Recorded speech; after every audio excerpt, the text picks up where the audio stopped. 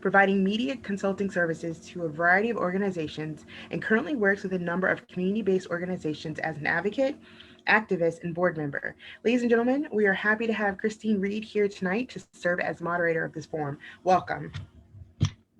Thank you. And without delay, we're going to get started with our program simply because we have a number of questions that have been prepared in which our two guests have not actually seen prior to tonight's debate on the subject of Amendment 1.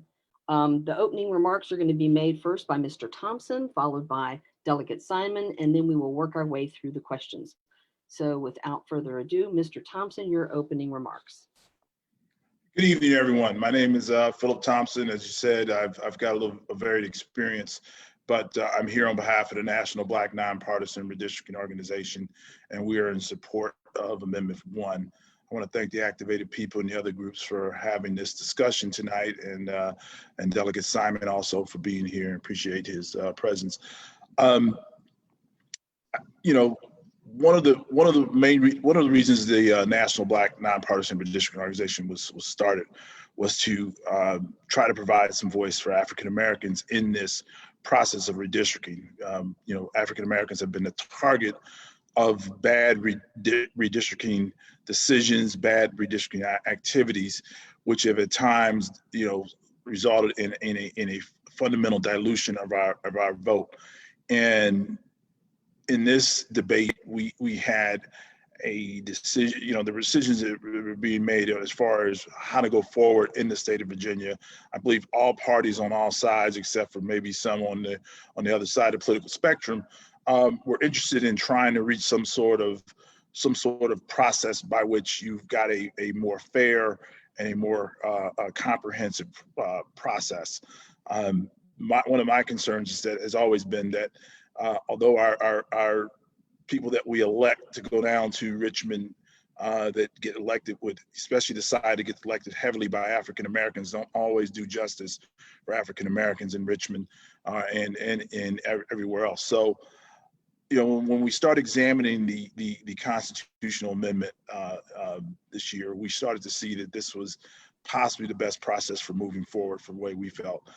We felt that any process that laid it solely in the hands of the Virginia House of State Legislature was a flawed system, which would lead to the situation where we believe that you know, congressional or delegates and senators would vote to try to make districts more amenable to them in order to get elected. Because if you ask any politician what's their number one goal, is to get reelected for most of them, except for those who decided not to run. And so the way to get elected is a good way to get elected is to have a representative district that you know that's going to you know, put you back in office. So this is one of the flaws of redistricting, I believe, and we've seen where reform in Virginia was needed. In 2017, there was a legal case that resulted in some changes to the congressional districts in the Commonwealth of Virginia. And in that, for African Americans, the benefit was that when the districts were redrawn, there was a district which a second African American congressman was elected. So we think that that's important. It was an important first step, but that we think.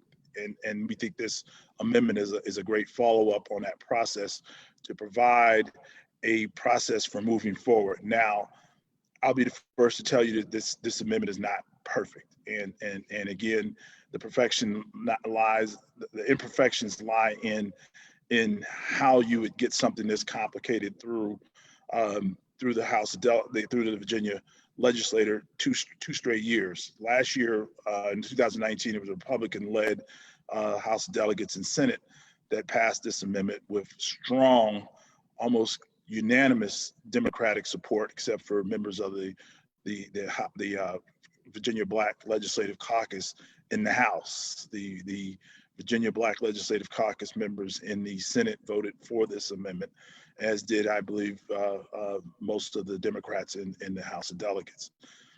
Swing through, we have an intervening election where the Democrats have now taken control of the House of Delegates and the Senate, and now you see Democrats peeling off through this process and in trying to opposing this in high numbers in the House, especially in the House of Delegates, not so much in the Senate, which is a very interesting, dichotomy there, which a lot of people look past and just say, oh, the House opposed it, but the Senate was fairly unanimous in supporting this amendment.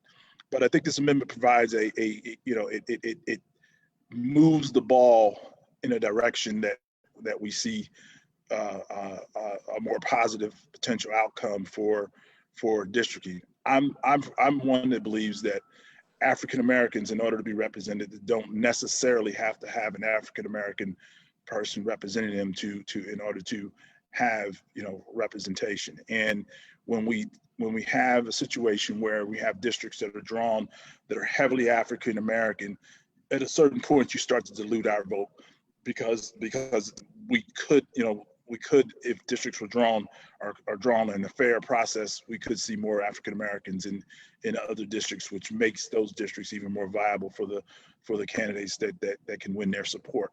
So, I believe this process, though complicated, and not the best process per se, is the best process that has been presented, and it has been passed through bipartisan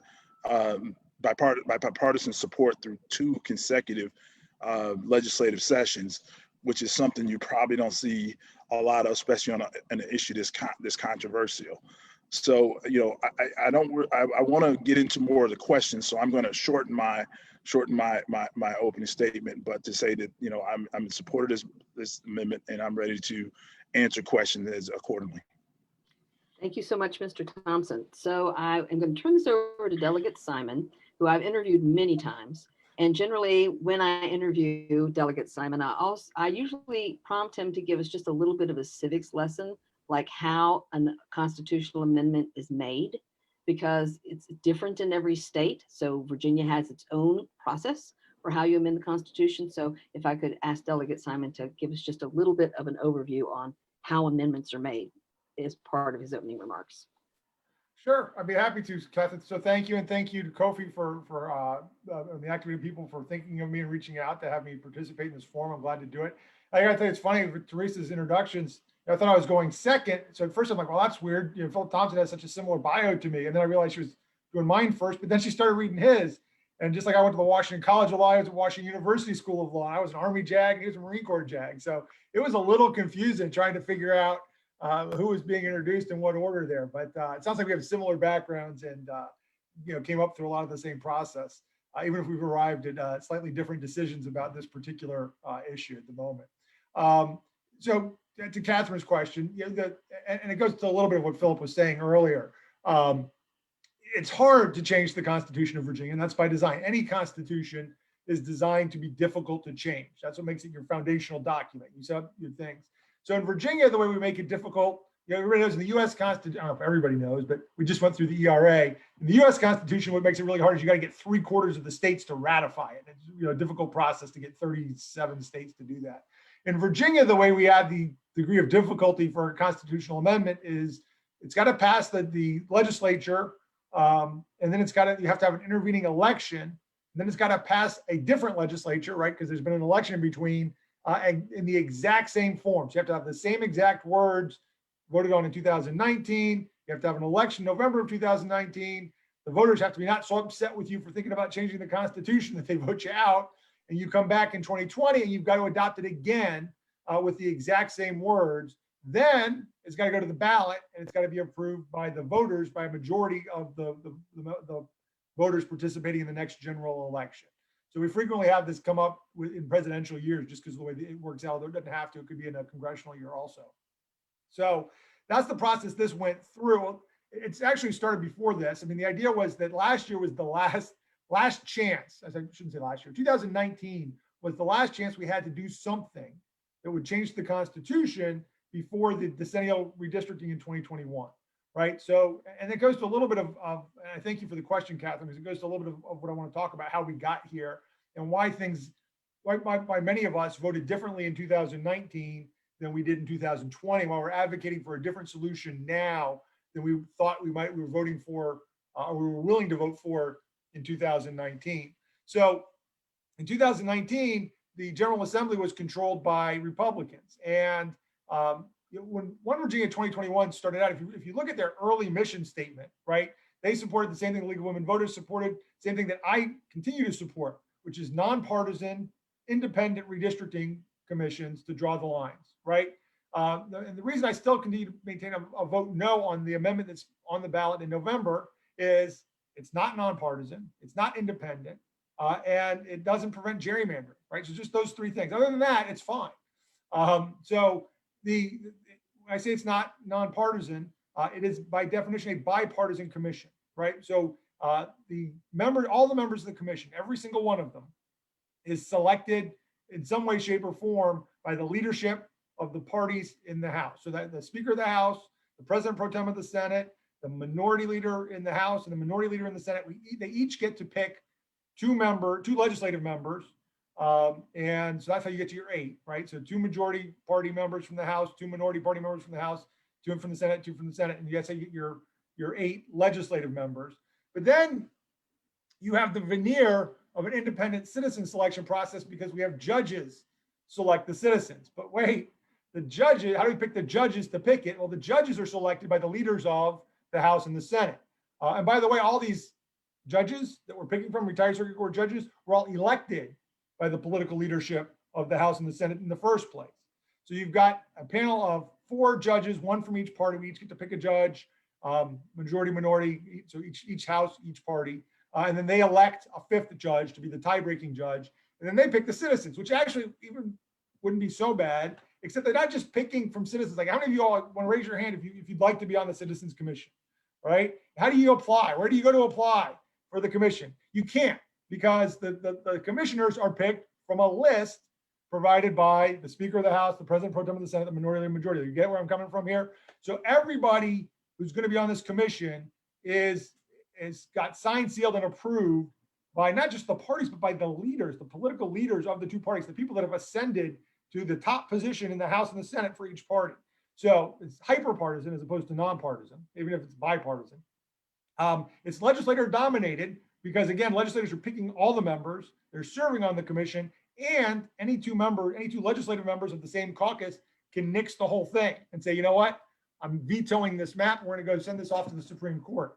And then the Supreme Court will decide. By the way, the Supreme Court, a lot of to do about what the U.S. Supreme Court is going to do. I know a lot of folks would say that the judges and Supreme Court judges are apolitical and don't really consider politics yet. We seem to be wringing our hands a lot about Amy Brennan, who's about the woman who's about to replace Ruth Bader Ginsburg, right? So a judge is not a judge necessarily. You can't just swap one in for the other. So, to his credit, I think Mr. Thompson and a lot of people have said this amendment's not perfect, and they acknowledge that. I think it's far from perfect. And then the next piece of it is, well, isn't it better than the alternative? Isn't it better than the status quo? Certainly, we don't want the Democrats to just turn around and do what the Republicans have always done just because they're in power now. Well, I might like it, but we're not going to do it, right? It's bad policy. We certainly don't want to do that. And I'm not advocating for it, right? The alternative is, in 2019, we were presented with a amendment that was palatable to Kirk Cox and Mark Cole in the House, right? And Mark Cole's the chair of Privileges and Elections. Kirk Cox was the speaker. Todd Gilbert was the majority leader.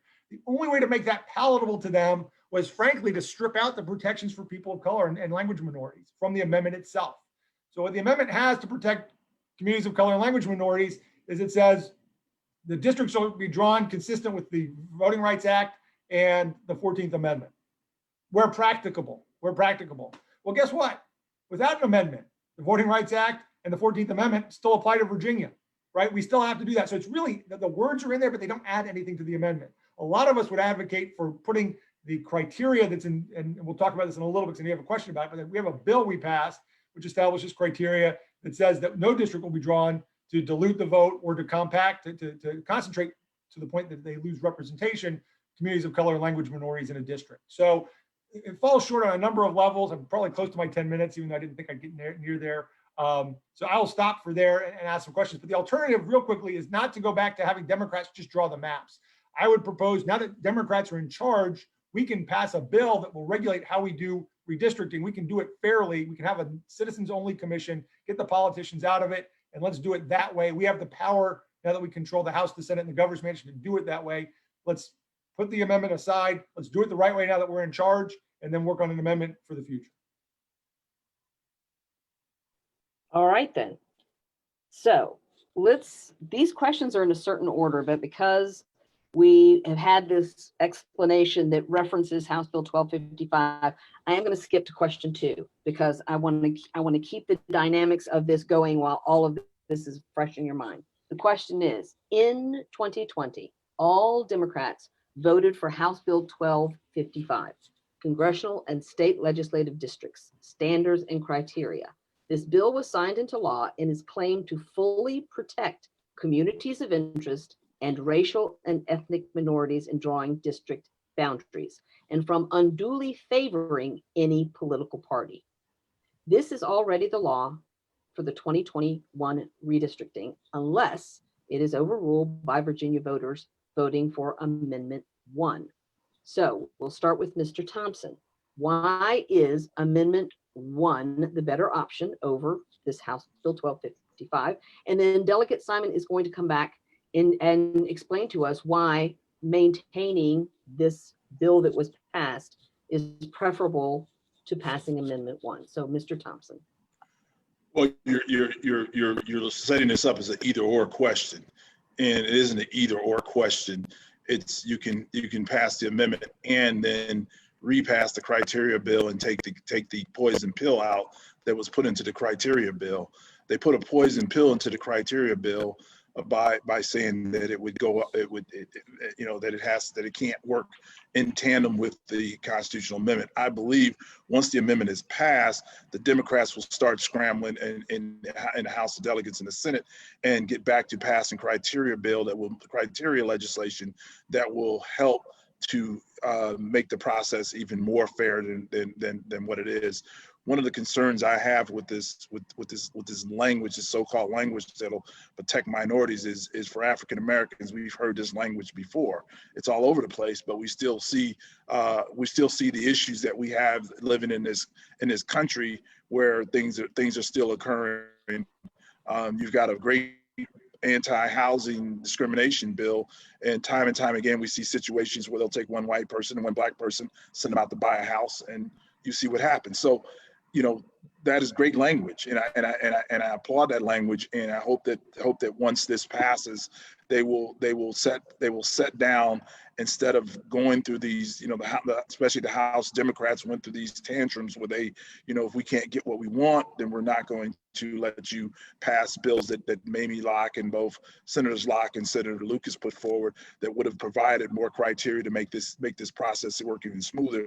I think that come the next legislative session, once this passes, the Democrats in the House will finally say, hey, this is where we're at, and we've got to make this work as best we can. All right. Thank you so much, Mr. Thompson.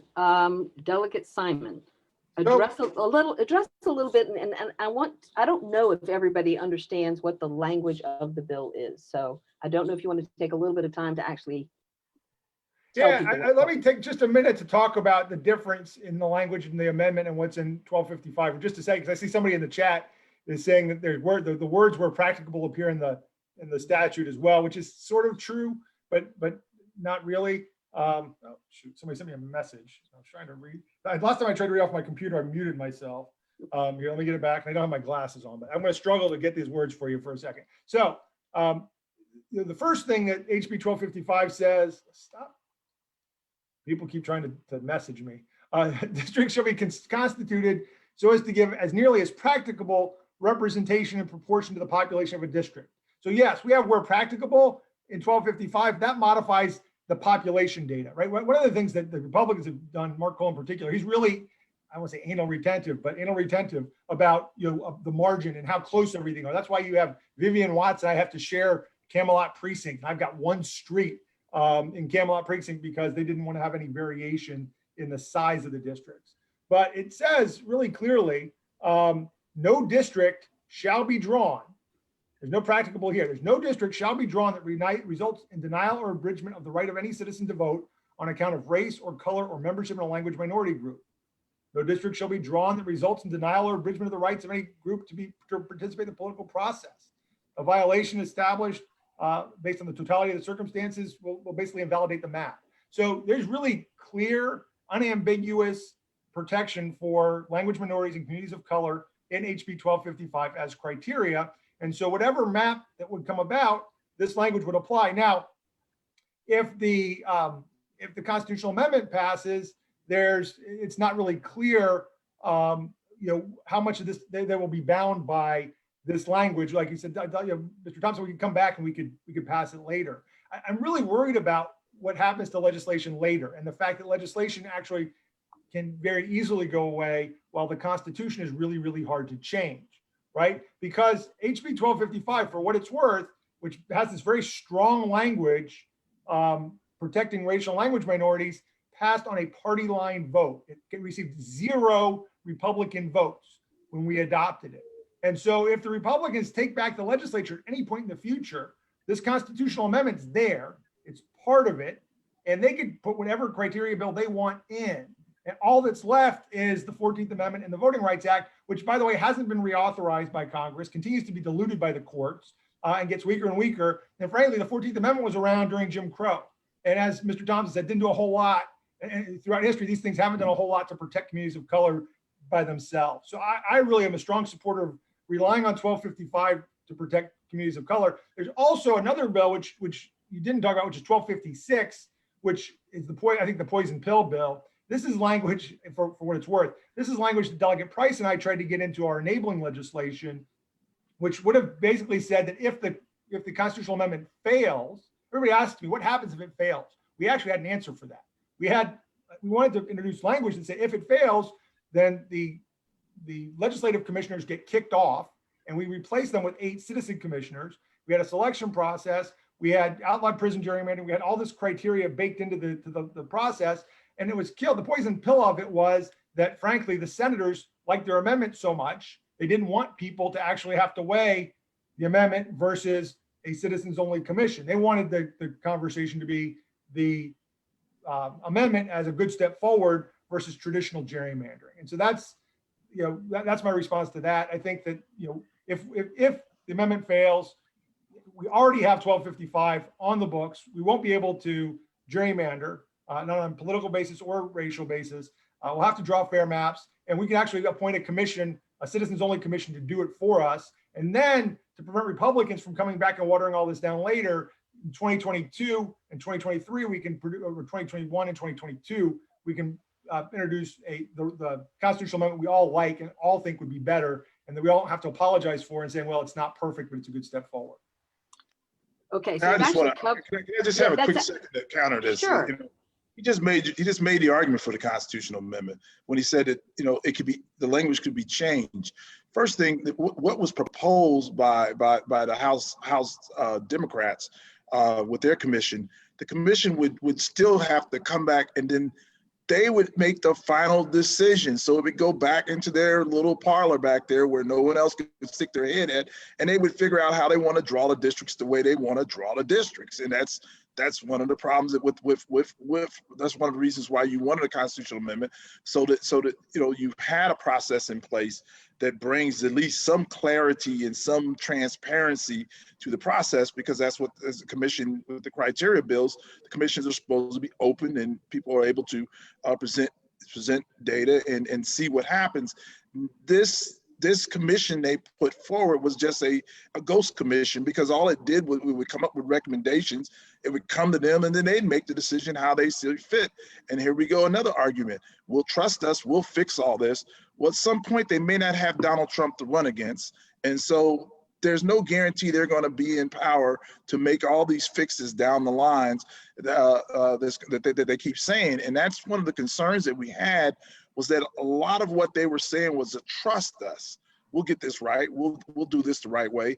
Even though the legislation they put forward, 1255, is great, but the bill put by Delegate Price, it still sent the final decision on how these commissions were going to, how these districts come out, back to the people that routinely draw gerrymandered or racially partisan districts. So that's one of the concerns that we had. So you guys are doing a fantastic job, by the way, because I'm looking down this list of questions and you're basically addressing them in your remarks as we move forward. And so I'm going to ask this one. Both proponents and detractors of Amendment 1 admit that the amendment has flaws. Proponents assert that the problems can be fixed with enabling and or criteria legislation.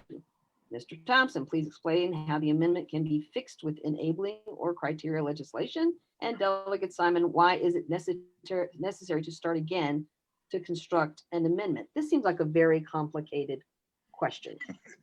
Well, you know, one of the death nails of this, one of the real concerns that a lot of the Democrats put forward, and it is potentially a concern if you're hyper partisan and you believe that no Republican appointed judge could ever make a fair decision, or no Democratic appointed judge could ever make a fair decision. You'd have these issues here, especially relating to if the poison pill within the constitutional amendment, two of the legislatures of the same party say, hey, I'm not good with this, and it goes to then the Supreme Court. Well, one of the criteria legislation was to set it, was going to set up a special master and require certain aspects of how the Supreme Court put certain requirements on the Supreme Court under Virginia law on how they would address this redistricting. I tell everybody that the 2017 case where a special master was appointed, drew the congressional districts, was signed off on by a Republican appointed judge. So, you know, we understand what the politics of what's going on in the courts and what's in front of us right now, but you can't always say that justice is only given by Democratic appointed judges. A lot of the judges that are on the court were unanimously selected by Democratic legislatures who didn't bring up all this partisan stuff when they had an opportunity. So that's one area that can be fixed. Also, on the selection process, on how you select the commissioners, there can be some criteria put in place. And with, as 1255 shows, you can pass 12, if 1255 goes out the window, which I'm not sure it does, but if it does, you can reauthorize 1255 and put that as one of your criteria that the commission will use in order to draw these maps. Okay, so Delegate Simon, so they're asking, do you start over again? I mean, I don't want to interrupt you, but do you start over? That's fine. Yes, I mean, you don't start from scratch, right? So we already know what we want out of a commission. We know what we'd like it to look like.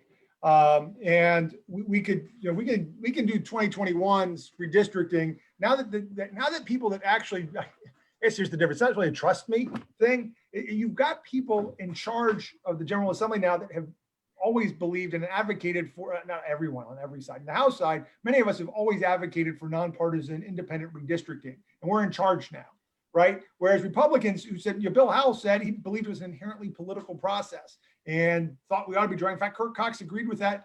Jason Mieres, who's a supporter on the House side, he got kicked off of privileges and elections. He tells the story about how he got kicked off of B&E for actually accidentally voting for a redistricting reform bill under the old regime. And now suddenly we're to believe in 2019 that they're suddenly okay with redistricting reform, as they're on the cusp of about to, of losing power.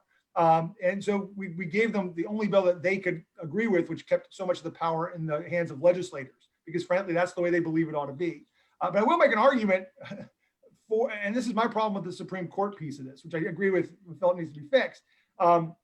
It's not even so much that you don't think that Republican judges can't make fair decisions. It's just not anything that judges are trained to do, right? There's a reason that you don't have advocates, right? None of this process says if it goes to the Supreme Court that these will be the plaintiffs and these will be the defendants and these folks will argue for this position and these folks will argue for this position. And then they'll have briefs to read and law to consider, or any of that. That's what judges do, right? This is to basically give them a completely legislative function for the first time as a court of first impression, and tell them, hey, figure out how to do it, and you can hire special masters to do it. But generally a special master needs some direction from the court. Hey, what do you want me to do? What is it that I'm remedying, right? And we told them, the judge told them in the 2018, hey, these districts are illegally compacting African-Americans into too few districts so that they can't, have a fair opportunity to elect the members of their choice because they're concentrated too much. Go fix that, right? But we don't tell a special master, just start from nothing. Here's a blank slate, come up with a map that seems fair. And even with these criteria, I just don't think it's fair to ask the judges to do that and not expect them to come from somewhere. And I think their political background is going to inform their decisions about some of these things. So I think it's very problematic for that fact. But starting over is not so bad because we're starting over with people who actually believe in nonpartisan redistricting, not people that were willing to vote for something before they lost power. Well, just as a follow-up to that, because wouldn't this ideally reconstructed amendment hinge on the Democrats maintaining the majority in both chambers? And so we can't really project ahead, right, as to whether several election cycles down the road we'll still have that majority. So Right. I guess the nuclear thing is, let's say Amendment 1 is defeated and you have the amendment you want, but how do we avoid the same problem we just had, which is compromising if we in fact are not in charge of both chambers? Right. And so I guess my question to you would be, how do all the flaws that we have to fix with the amendment, with enabling legislation, as Philip suggests we do by just reauthorizing 1255 legislatively, how do we tell our Black and brown communities that they need to just trust us, right? And that we'll try and win the elections, and we hope that Republicans won't come back and strip those out after they all voted no on it, when we tried to introduce it in 2020. So, that's my concern. I think that both sides' arguments, frankly, hinge on the good guys, whether Republican or Democrat, people that believe in this, the good guys, being able to continue to work to improve it. The question is, do you take what's flawed and bake it into the Constitution first, or do you trust the good guys to fix it and then bake it into the Constitution? I just think the order ought to be, let's let the good guys fix it first, then put it in the Constitution. Thoughts on that, Mr. Thompson? I question who are the good guys and who are the bad guys. So the way you're setting it up, Marcus, all your democratically elected senators, senior legislature, people that have been around in this game for a long time, they're all of a sudden a bunch of the bad guys because they've all voted for this. So now the most senior Democrats that we have in this state, they don't know what they're talking about, but all the newly elected people who just came through the door last week are now the smartest people in the room. That's what you're trying to tell us. The senior people seem to think that this is a good idea. They presented legislation to make this process work better. Two of the most senior Democrats, African Americans, proposed legislation, and the newly elected people who know more than the senior people just said, no, as part of the process, we're going to hold our breath and we're not going to let this go through, and we're going to table this legislation when it would have been great legislation to work from to fix this process. If you've got concerns, again, look at who's opposing this. These are the people that just came to power, last year, and now they're the smartest people in the room and trust us, and we're going to do all these things. Look, I have more respect for Democrats if they just tell me, hey, we won the election and we want to do this thing, instead of hiding behind this racial gerrymandering and this language gerrymandering and all this other nonsense that they keep putting forward. Just tell us what you really want to do. We might have more respect for that and say, hey, you guys did win the election, so maybe you should have your opportunity to draw districts. They won't do that because they know that people are not going to agree with that process. All right, Catherine, we've only got 5 minutes left, and I want to ask these two questions. So okay. I think 5 minutes is not a long time. 2 questions came in. As an emerging swing state, historically recognized as the seat of the Confederacy, how does this amendment dismantle the intentionality of maintaining white supremacy in Virginia? Question number 1. Related question: how does this amendment benefit the Black population of Virginia? Mr. Thompson, do you want to go first on that one? I believe this amendment benefits the Black population of Virginia because it puts certainty into the process. And a lot of times when we don't have certainty, when there's a little more certainty into the process. A lot of times when we don't have certainty, this is where we are subject to various discretionary actions. Even the people that sometimes say they're benefiting us are going to be looking out for their interests. I think this process provides the most fair process put forward, because we know what the legislature will do if given their ability to just operate without any kind of constitutional restrictions. You know, I for one have seen most victories for African Americans have come through legal struggle, where we've been able to present briefs. The NAACP, which I was part of in 2017, we presented a congressional map to the court, and when the districts were finally drawn, our map was probably the closest map to the recommendations that to the districts that were decided.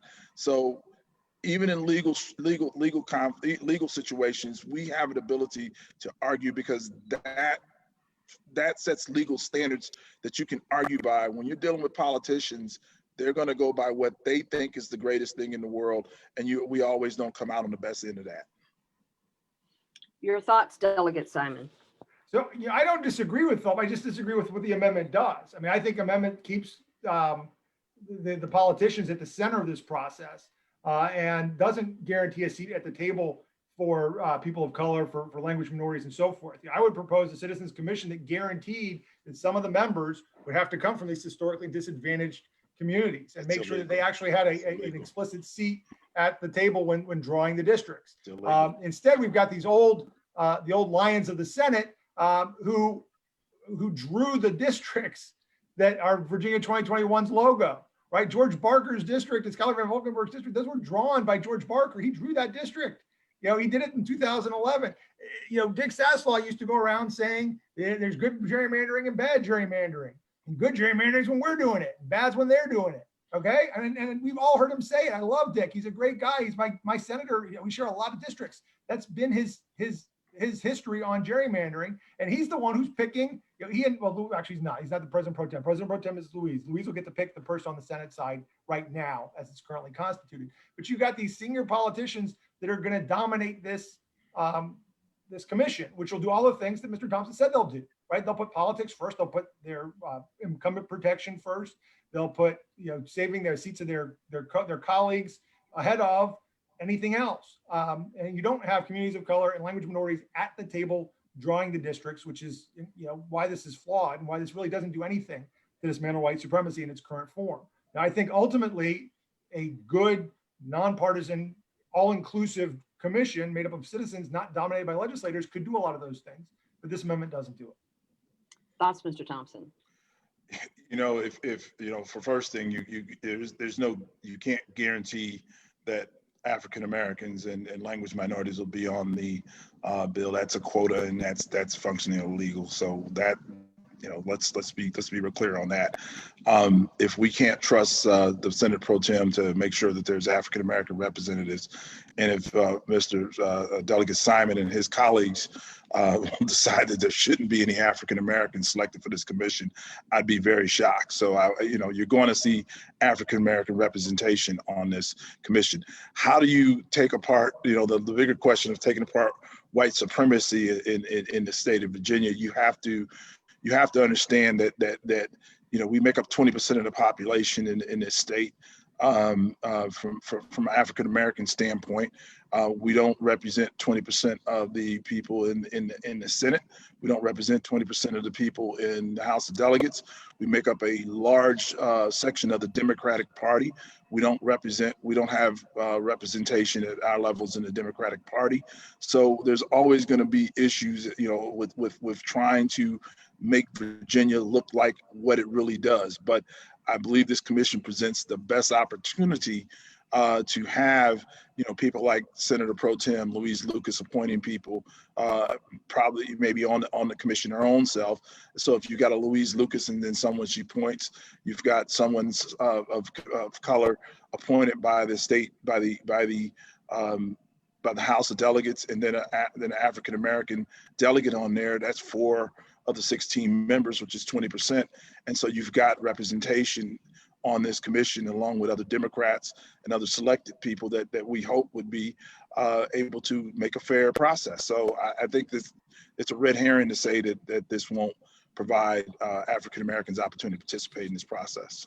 Thank you, gentlemen, very much. In order to stay on time, this has been an illuminating conversation. It's a very active chat over there in the chat room.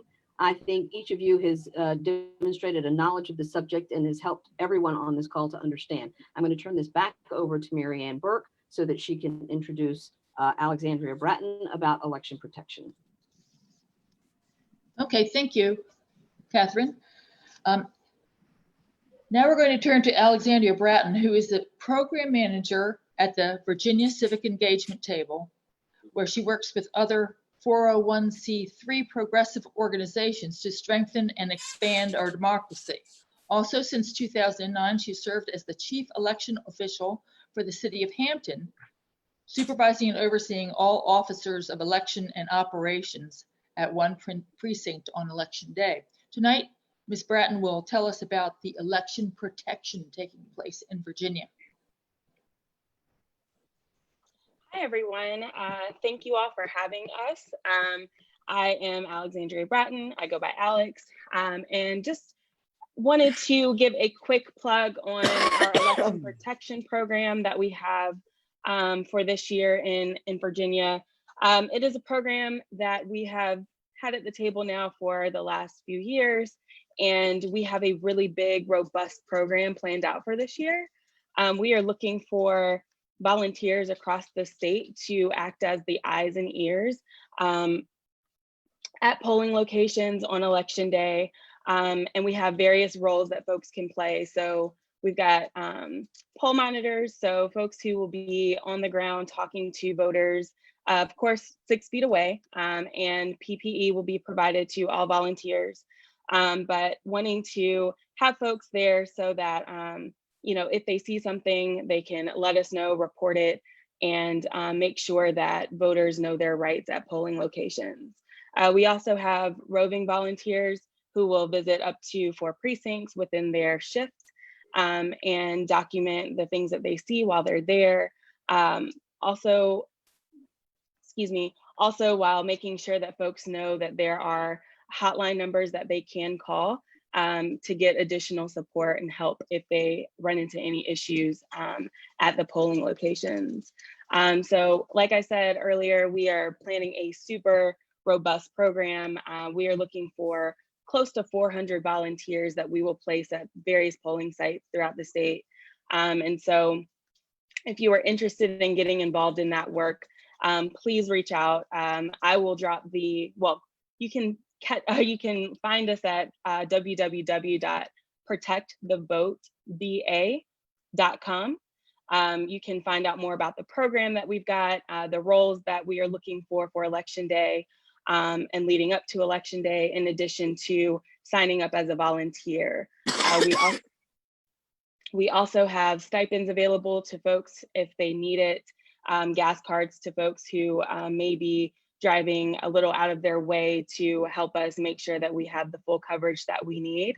And so there's a place for everyone. If you are going to be busy on election day, being a poll worker or in some other capacity, we are also looking for folks who can drop signs at polling locations the night before election day and pick those signs up by the next day, so that again, there's visibility to the numbers that are available for folks to call. The main hotline is 866-OUR-VOTE. It's also like on the shirt. And you can also like tweet them. You can visit the website, www.866OurVote.com to report anything. And then there are also language lines available. You can find all of that on the website. And that website again is www.protectthevoteva.com. And if you have any questions, feel free to reach out to me. My information, I believe, is on the website. So I'm happy to answer any questions anybody may have. Thank you so much, Alex. And I think in closing, I'm going to turn this back over to Teresa. Do you want to finish us up? Yep, sure can. Thank you, everyone, for participating. Thank you, Catherine, for moderating. Thank you, Philip Thompson, and thank you, Delicate Simmons. We really do appreciate you all participating in this debate slash forum and being able to explain exactly what's going on. On behalf of the activated people and our co-hosts, we want to thank everyone else for participating and allowing Virginia to have an open conversation about our amendments. If you have any questions, please be sure to take a look at our website, www.theactivatedpeople.com, as well as our co-host. And also, this link will be saved on the Activated People's website, so you can share with your friends. Thank you very much, and have a great time evening.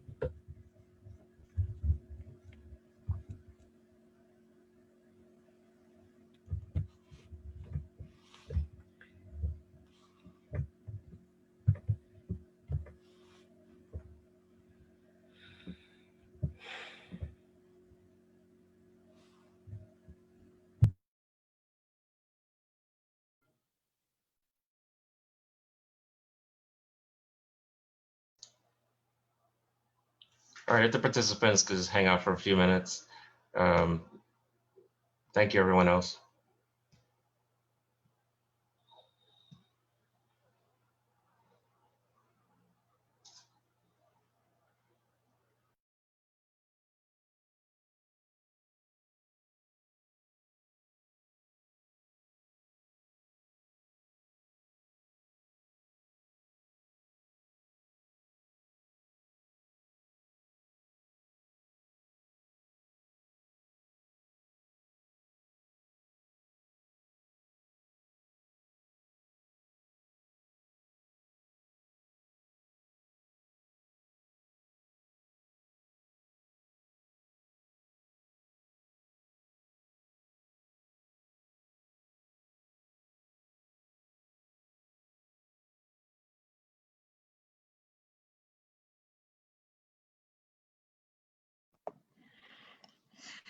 I see Mark Levine couldn't, he could not help stay out of this one.